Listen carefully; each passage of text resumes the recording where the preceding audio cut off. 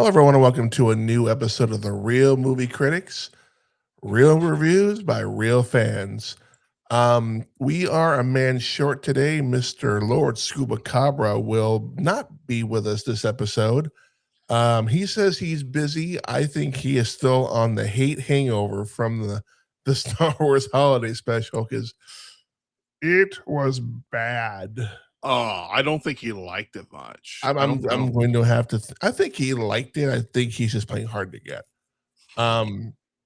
But with keeping with the holiday tradition, with the holiday season and all, this week we'll be talking about Ernest Saves Christmas, which was. But before I talk about the movie, let's introduce this dipshit. The creator of the Repeat Movie Viewer podcast and the Psycho Nerd podcast. He is the Psycho Nerd. Yeah, how's it going out there, everybody? Just got done picking up my son from school, went to go get some quick groceries, and still had time to come home and have me a nice, tasty, delicious cup of Holiday Joe. Know what I mean? Nobody cares. Well, we know you don't. I don't. Yeah, turd nugget. But again, we'll be talking about Ernest Saves Christmas, which premiered on November 11th, 1988. I thought this was a 90s movie. But No, sir. Shit. Damn. Directed by John R. Cherry III, who, ironically enough, did all of the Ernest movies. Yeah, I remember Nostalgia Critic made a joke about that for the Ernest Scared Stupid review, where it was John Cherry and then a guy named Cola or Coke or something. He goes, "That's right, ladies and gentlemen, this movie was brought to you by Cherry Coke." Jesus Christ. Our cast for this movie, of course, we've got Jim Varney as Ernest P. Worrell. Know what I mean, Vern? You got Douglas Seal as Santa Claus, and I spelled Claus wrong. That's Man, how the hell do you spell Claus wrong? What's wrong with you? No, I put it with an E. I thought we were doing the Tim Allen movie for some reason. Oh, that's funny. And all you kids out there would remember him from the Sultan from Aladdin. Yes, I was doing research on that. Noelle Parker as Harmony, the teenage runaway with a kind of a Grinch in a way. She's kind of the Grinch of the story. She doesn't believe. She doesn't. And then finally she has a moment of clarity, and yeah. It makes me wonder because like she sees the sack, but yet still doesn't believe. She's clearly in denial. I think what it was is she was sitting by herself in the. We'll talk about that. We'll get there. We'll get there. Oliver Clark as Joe and the supposed new Santa Claus. Billy Bird as Mary Morrissey, I guess the secretary for the little children's hospital that Joe is at now. And of course, you got Bill Berg and Gilliard Sertan as Bobby and Chuck, who are in every Ernest movie as some throwaway character, but yet they steal the show every fucking time. They are the airport attendants that receive the reindeer in this movie, and they're just a couple of nuts. Yeah, I mean, their performances and dialogue is so subtle, even though Bobby doesn't say anything, except for V and V and V. That's the only thing he really says in the whole movie, which is weird because in Ernest Scared Stupid, they got somebody else to play the heavy guy for some stupid reason. I never understood why they did that, but yet he was in all the others, which I haven't seen all of his films, Ernest. But before we talk about the movie, let's do some fun fact. This was a hard one to find fun facts about. I had to go digging deep for this. But Ernest Saves Christmas is the fourth movie in the Ernest movie series. The director Cherry has said he believes that this is the best in the Ernest movie series. I think this one and Ernest Goes to Jail are my two favorites. I've never seen Ernest Scared Stupid before that I can remember anyway. But I don't remember watching that one. But him going to jail was one of my favorites too. I haven't seen that movie since I was a kid. I need to go back and rewatch both that one, and I think I saw Ernest Goes to Camp at some point, but I don't remember anything about it. I know it came out in 87, so that's all I know about it. They tried to use real reindeer in the movie. on location in Orlando, but the temperature was 95 degrees, and the Orlando heat was making the antlers on the reindeer start to shed to the point Ooh, where they fell off and there was nothing but bloody nubs, which happens when it gets warm. is that Um, true? that's 100% Damn. fact. Yeah. They ultimately had to move the reindeer scenes to Nashville, Tennessee 2 months later for cooler temperatures. Poor reindeer. Yeah, well, it's what happens. They shed their antlers and they grow new ones. This was the highest grossing Ernest movie out of all of them, which is shocking to me. Well, I don't know. Being a Christmas movie, I feel like that kind of makes sense. I mean, releasing a Christmas movie around November, December means you're pretty much guaranteed to get at least the kids. I Yeah. mean, I was working at the theater in 2000 when the Jim Carrey Grinch came out, and let me tell you, kids and popcorn everywhere. Oh yeah, I bet. This back when I was still an usher back in those days. Um, this is the only movie we get to see Vern or see Vern. Yeah, see him if you want to count that Yeah, as if you seeing want, him, but and of course, Ernest destroys his fucking home trying to put the tree up. oh, I love how he slams the door in his face. Ho ho ho, Vern. He's just joking around. It's just the way he is. Like, no, Vern don't like you, bro. He hates you. Um, the original script had Ernest taking over the role of Santa Claus. I'm No, I glad they don't. changed that because that would have been stupid. That just wouldn't have worked. No, that yeah, no, I don't think I like that. This is the only Ernest movie that was released outside of North America. Not Meaning, I don't. What? it was only all the other ones were only released in America. This is the only one Oh, that, oh, the only one that was released internationally. Okay, that yeah. makes sense. And That's my interesting. favorite fact in France, the movie was not called Ernest Saves Christmas. It was called Santa Claus is in Prison.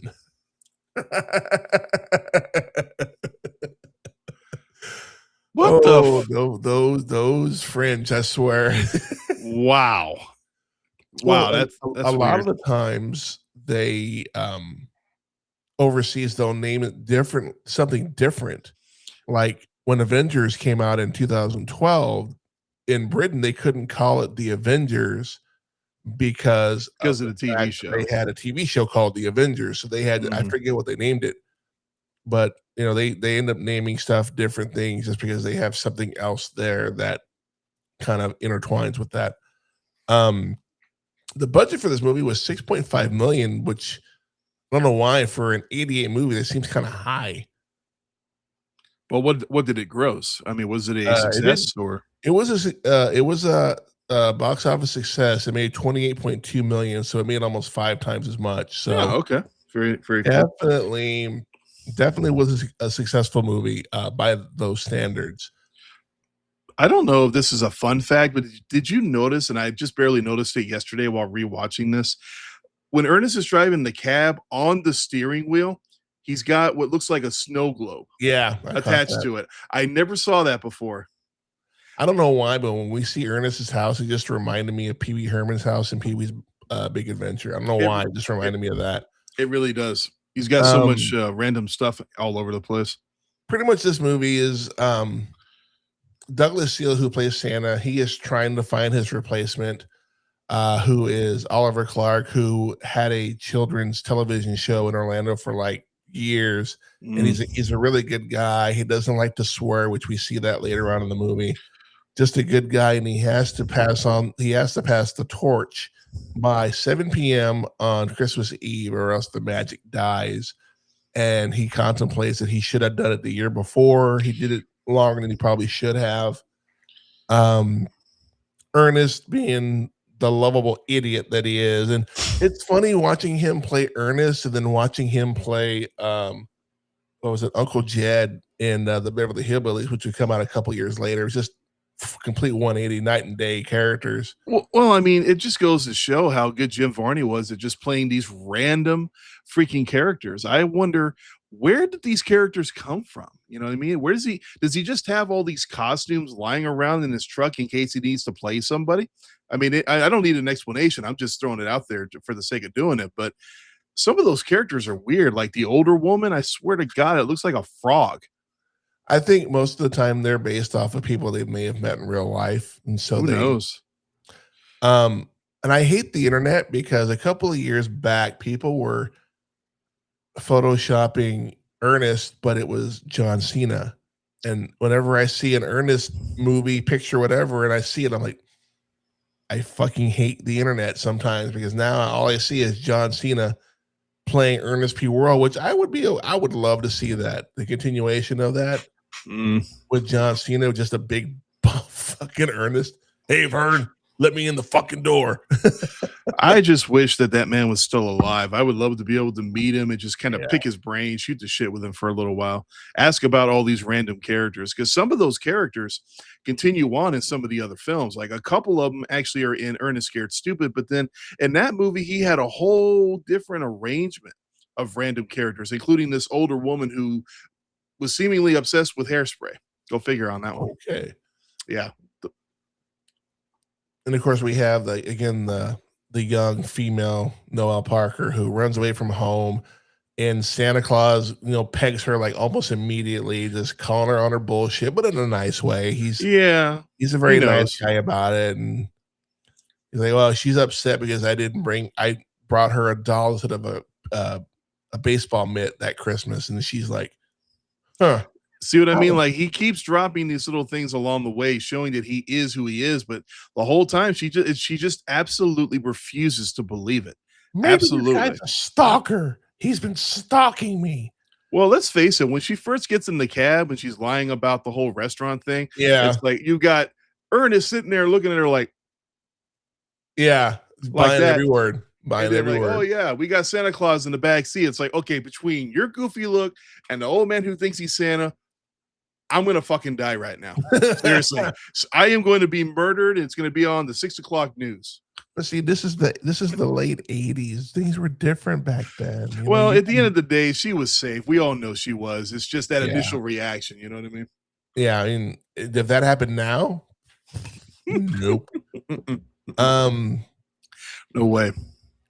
I thought what was really cool is that when Santa lands in the airport in Orlando and he's talking to the other gentleman that's from Toronto, and Mhm. he's like, for Christmas I would really love snow.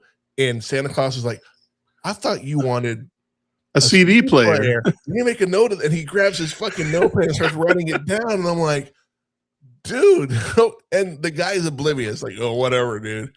And then at the end of the movie, he ends up making it snow, and it makes this Scrooge-like character go, you know what? You go ahead and go home and be with your family. It's all gravy.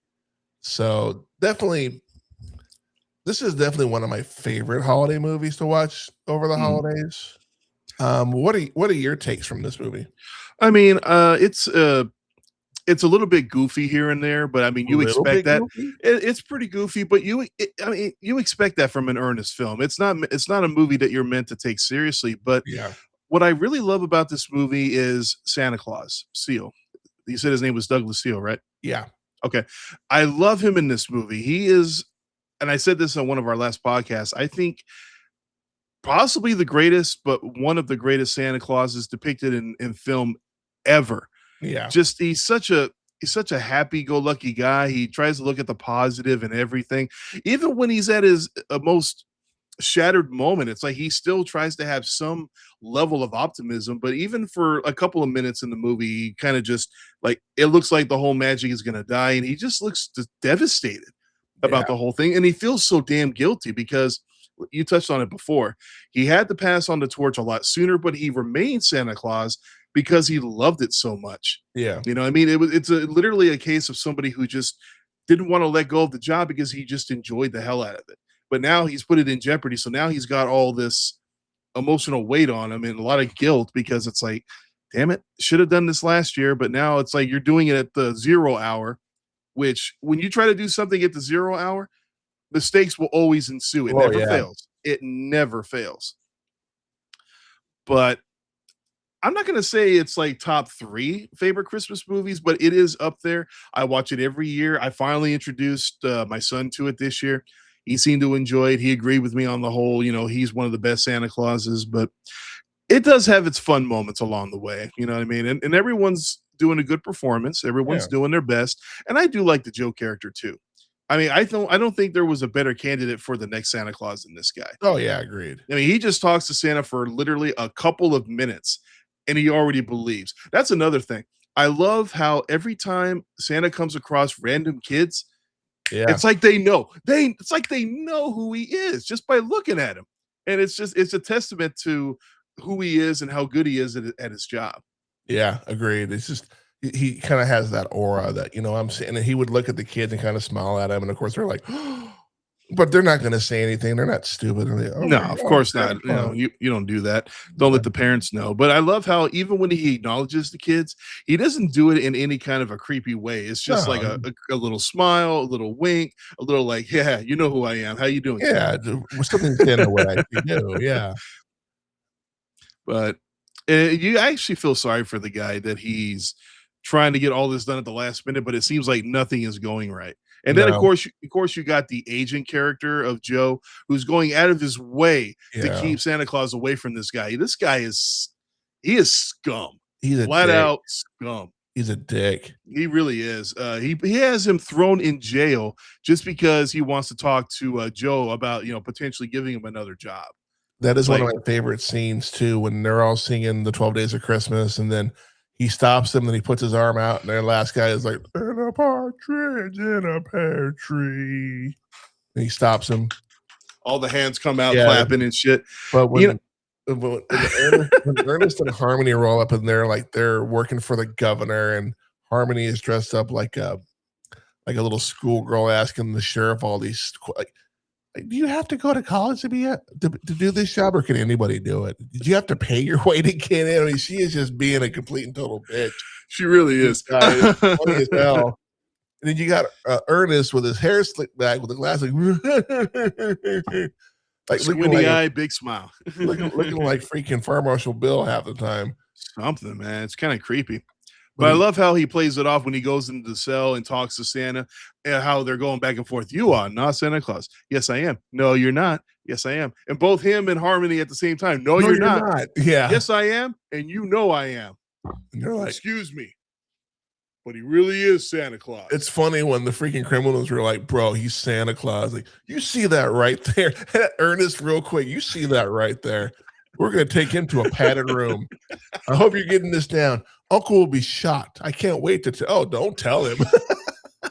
That is such a testament to that man that he is in jail for 5 minutes and he's already got everyone believing who he is, singing Christmas carols. It kind of reminded me of Doctor Evil in the third movie when he's like, I've heard people crack they make more sense than you, and then the Really? next scene they're all about helping him get out of jail.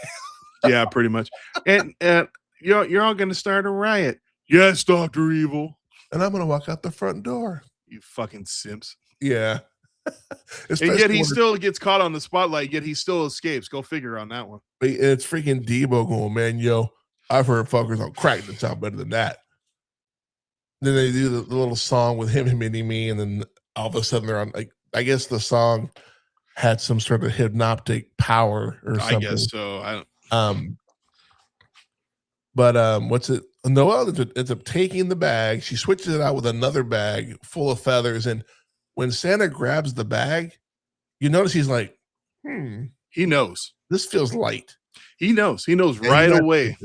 And even when she's at the bus station, she has enough money to get her to Miami, and she's sitting there hearing the little girl talk about, well, how is Santa going to know where we are if we're going to be in a different? She's asking questions a kid would ask. Yeah, legit You know, question. and then the fucking older brother, there is no Santa. You're just being stupid. And finally, Noel just has enough and goes, don't be talking to her like that. And everything, all of that. It all culminates. At Yeah, that all point. the guilt, especially because Santa's talking good about her at that moment in time, and she's like, "Fuck it, I gotta go," and she brings the bag back to Santa, and Santa's like, "I never doubted you for a moment." Really? Well, there was maybe for a second, but maybe for a second, but he's just being honest. I brought this up earlier. I don't understand the logic when what is it? When Santa and Ernest go to talk to Joe, and he finally gets to talk to Joe. exactly what he wants from him. He wants him to be Santa Claus, and they're having this conversation. Why did they leave Harmony back at the house? And I know that's not her real name, but I can't remember her real name at this That point. was her name, Harmony. I think it was, no, that was a fake name. Harmony Star was fake. I think it was like Pamela or some crap. That was the name on IMDb. I know that's the name they give her in there, but but anyway, what was I saying? I lost my train of thought. I don't understand the logic. Why they leave her at home with the fucking sack.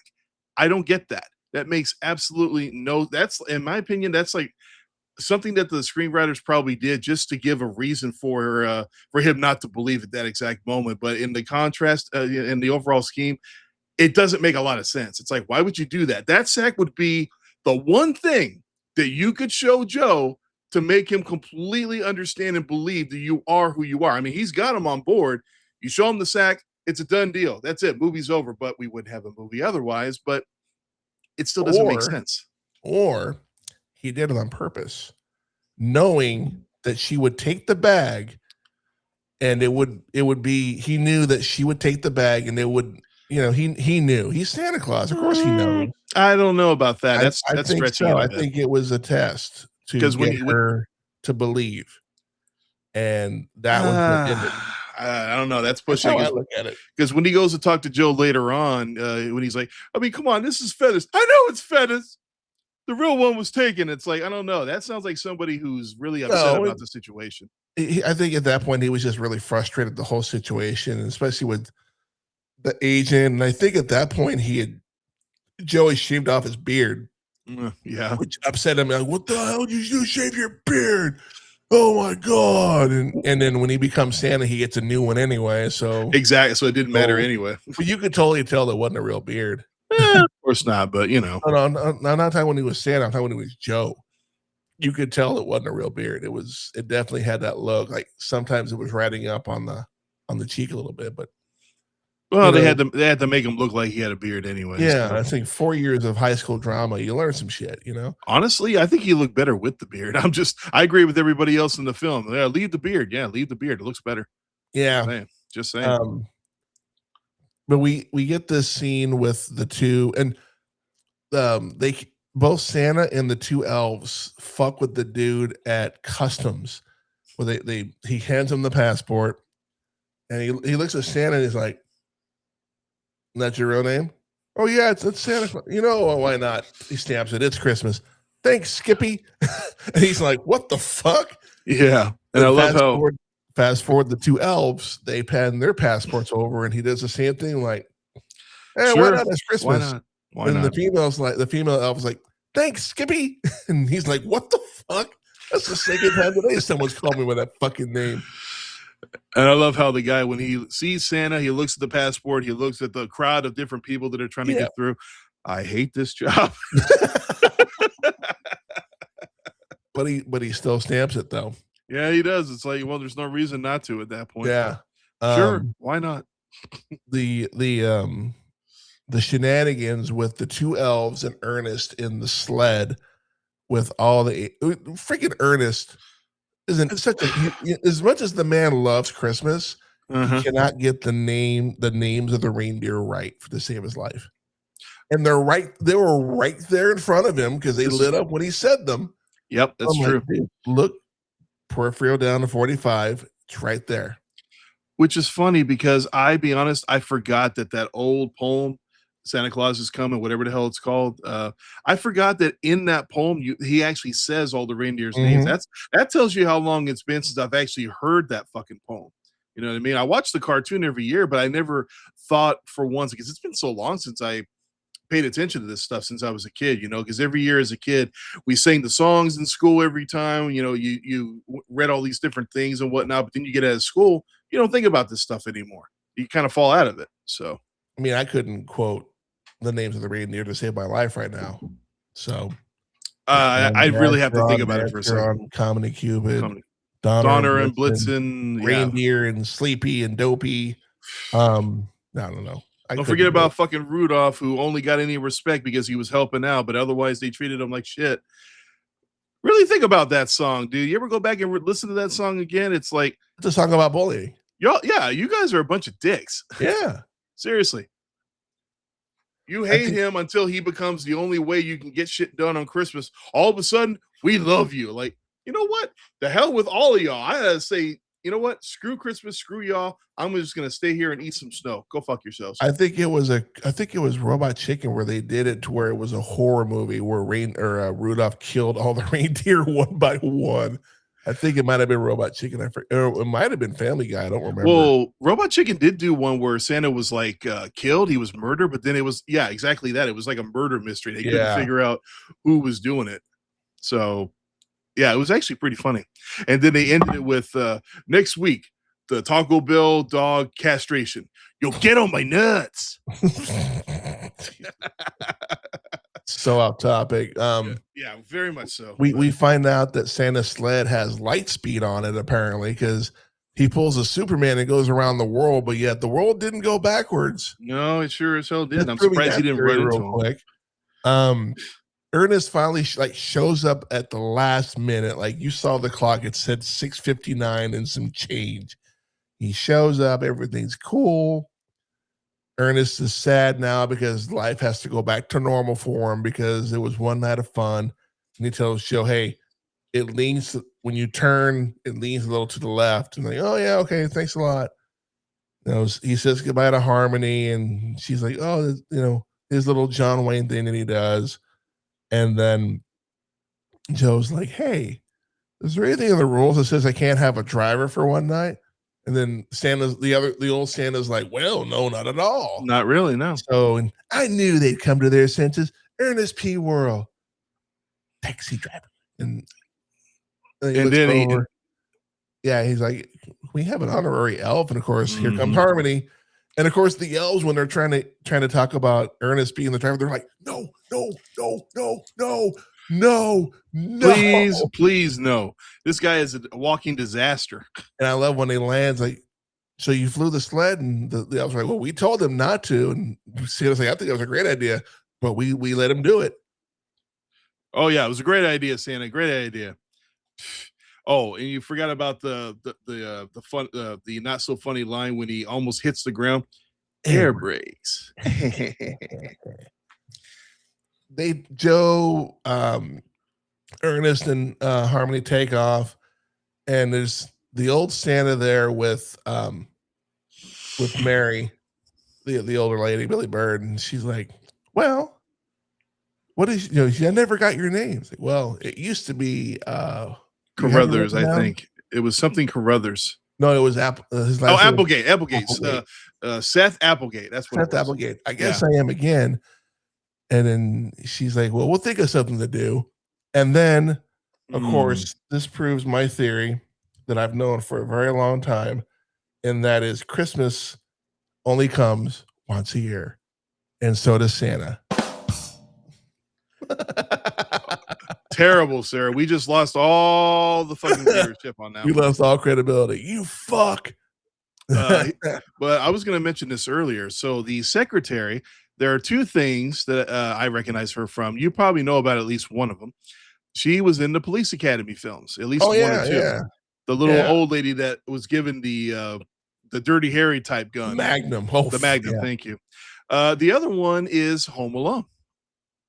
Do you remember who she played? Do you remember who she was? The original Home Alone? The original Home Alone. When when the mom is trying to get home and she's bouncing around all these different places, she tries to bribe the older woman, and the husband's like, she's got a whole shoebox full of them dangly ones. Yeah, she was the wife who convinced him, Ed, to let her have the ticket so she could try to get home. So it's such a brief moment, but for me, it was very memorable. She was also in 16 Candles. She played Molly Ringwald's grandmother. I wouldn't remember that because I've only seen 16 Candles one time. Not one of my favorites. How dare you, sir? I'm not saying it's bad. It's just not one of my favorites. But then again, maybe it's because I only saw it the one time. Okay. When I think classic John Hughes, that's not one of my favorites. I think Uncle Buck, Breakfast Club, Weird Science. The list goes on and on. There's so many movies. Yeah. There's so many movies that I watch over the years, and I'm like, really? He did that too? He did like dozens of films in the 80s. No kidding. It's crazy. Moving on to my favorite part of the show, the Rotten Tomato scores. Now, this one is disappointing because I love this movie. This is, like I said, this is a movie I loved as a kid, and even as an adult, it's definitely fun to watch. It's silly. It doesn't take itself too serious, and it has that Christmas happy ending. Um, but the tomato meter, which again, like I say every week, is the critics review. What would Which you we say don't. what would you say the critics give this movie? Yeah, we don't put too much stock in the critics' review anyway, but at least I No. don't. But you said it was disappointing, so this one I'm gonna go with 33. It's actually 40%. Okay, so I wasn't far, but No. that's still pretty low though. Now the popcorn meter, that's the actual fans. This one is also fairly low as well. What would you gander is the rating on that one? 45, probably. Actually, you're not far off. It's 43. But then again, this being the most popular and highest grossing movie, I thought it'd be a little bit higher. But here on the Real Movie Critics, we don't care about Rotten Tomatoes. I just bring that up for comparison. And this Just week, for the sake. only two of us will be reviewing this movie this week. So, oh shit, I like to keep you know what? Out of 5 Magic Santa bags, what would you rate this movie?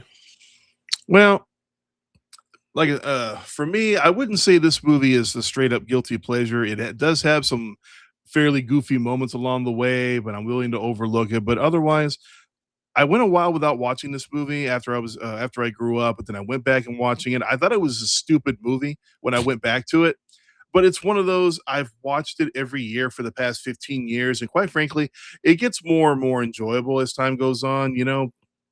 So those little things, I don't let that bother me too much, but I can't say it's one of my personal favorites of the Christmas season. There's about 3 other films I would put above this one. And well, I'll talk about that some other time. But I'll talk about that next week, as a matter of fact. My rating, I will give it for a Christmas movie, I give it a 4. 4 Santa bags.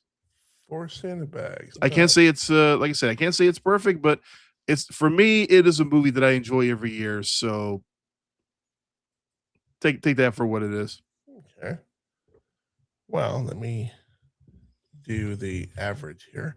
For me again, it's one of those movies that if it's on, I'll watch it. It's one of those Christmas movies that as a child I love to watch.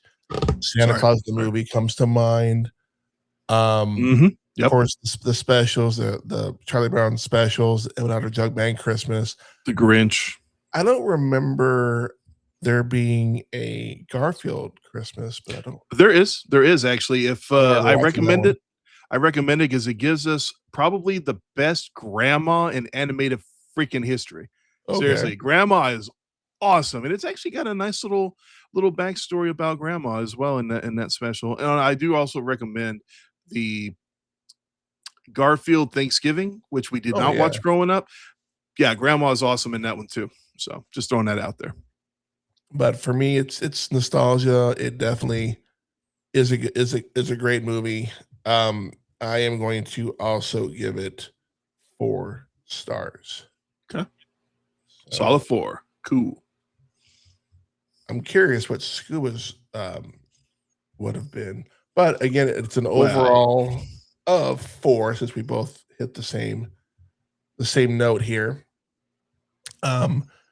And that will conclude our review of Ernest Saves Christmas. Now, next week, going to be an interesting episode. I've already talked to Scuba, and he is for his podcast, the Gore and More podcast that he does with his buddies. They are going to do Terrifier 3. We were going to do Terrifier 3 a couple weeks prior, but he was like, I'd rather do it the week than I'm doing it for my other podcast. I'm like, yeah, sure. Oh, that fucking wave, fucking. I love it when Rhea Ripley does that. It's so sexy. It's hot when she does it. It's fucking creepy when Art does it. Just gonna throw it out there. Well, that's the whole purpose, sir. He is all about creepy.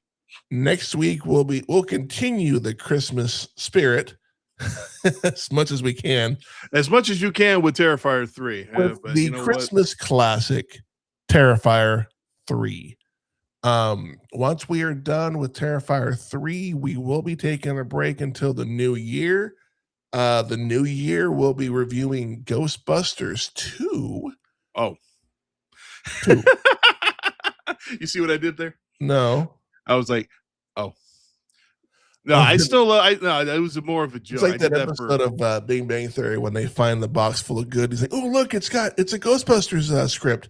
And then freaking Raj whispers, oh, it's Ghostbusters 2. yeah, Ghostbusters 2. Yeah. But It's even got some slime on it. But it is a New Year's Eve themed movie.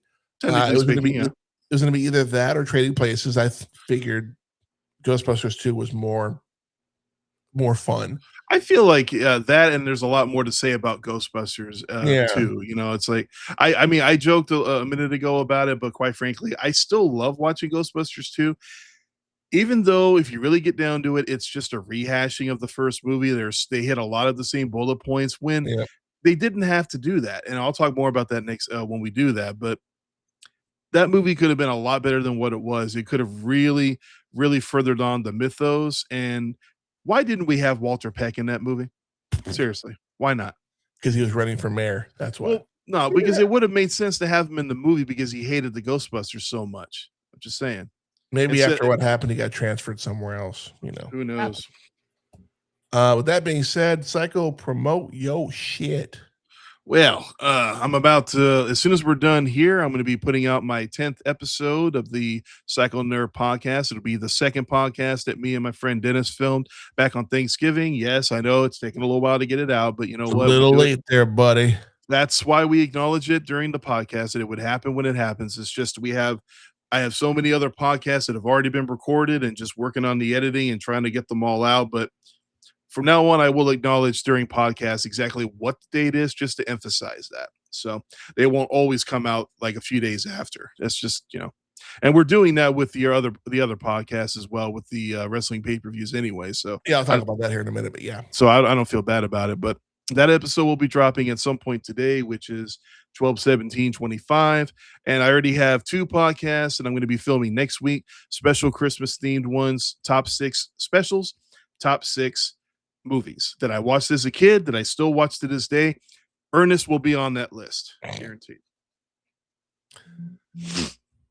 Oh, you're done. Okay, cool. Oh, well, I mean, sorry, I forgot. You can go and so far I'm only on YouTube with the Psycho Nerd podcast, and that's on my YouTube channel as well, Repeat Movie Viewer. But I do have plans on taking the podcast and at least extending it to Spotify. I wanted to wait until I at least hit double digits. We're officially there, so it's time to branch out a little bit, try some new stuff, and I need to go back to being in front of the camera. So for all my 14 subscribers that haven't seen me do anything on camera outside of this, don't worry, they're coming. Give it time. And besides the Real Movie Critics, we also do the Josh Zodiac podcast.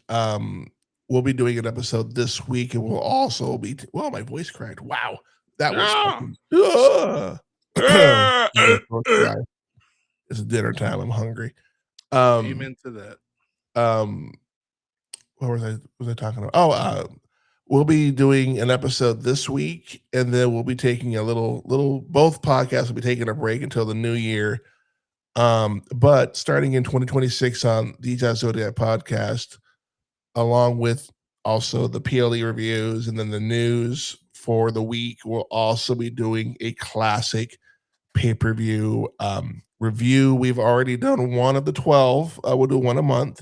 We've already recorded WCW Greed. The February episode will be the 2012 Royal Rumble, which I need to finish watching that. I already have a bunch of notes on that particular show, but definitely check that out. Again, it's DJ Zodiac podcast. The link tree below in the description will have everything, all the links for both this podcast and for the Zodiac podcast, but you can find it on Spotify, Apple Podcast, and YouTube for the video. As far as the Real Movie Critics, you can find that on Spotify and or YouTube, again, for the video. I think over the break, I'm gonna branch that out to Apple Podcasts. Both podcasts have their own Facebook page. So go ahead and like and follow that. And both podcasts, little shorts and clips that I put on YouTube, I also put on TikTok as well. Just search the Zodiac and you'll find all of that. Whew, that's a lot of information. Yeah, and But your voice just keeps on cracking, I man. know it does. It's fine. Tell you what, here, let me extend my hand through the camera and give you a little. No, it's because my throat's dry. That's why. Well, drink some water. I don't have. Oh, got some right here. Now that's what I call high quality H2O. There we go. It's not much better, but it'll do. But for the Psycho Nerd and Lord Scuba, who is not here this week, I am the Jazz Zodiac. We want to thank you for watching and or listening to this podcast. And remember, folks, there's always time for one more binge. We'll see you next time.